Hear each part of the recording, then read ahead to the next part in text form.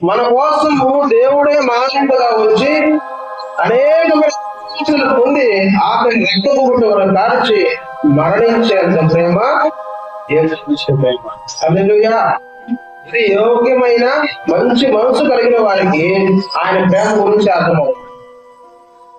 నా దేవుడు నా కొరకు ప్రాణం పెట్టిండు, నా దేవుడు నా కోసమే వచ్చి ఆఖరి రక్తం కార్చి మరణించిండు అని ఆయన గురించి లోకంలో ఉండే ప్రేమ దృశ్యమైనవి పనికిరాలి. హల్లెలూయా. యేసుక్రీస్తు ప్రేమ నిజమైన ప్రేమ. చెప్పవయ్యా నిజమైన ప్రేమ అని అడగము. మళ్ళా చెప్తున్నాను, దేవుడు మానవుడుగా భూమి మీదకి రావడమే, దేవుడు ఏంది మనిషిగా రావడం ఏంది, ఆయన ఏంది మన కోసం చచ్చిపోవడం ఏంది, అలా జరిగింది తప్ప ఎవరైనా చేసిండ్రాట? ఎవరు చేయలేదు.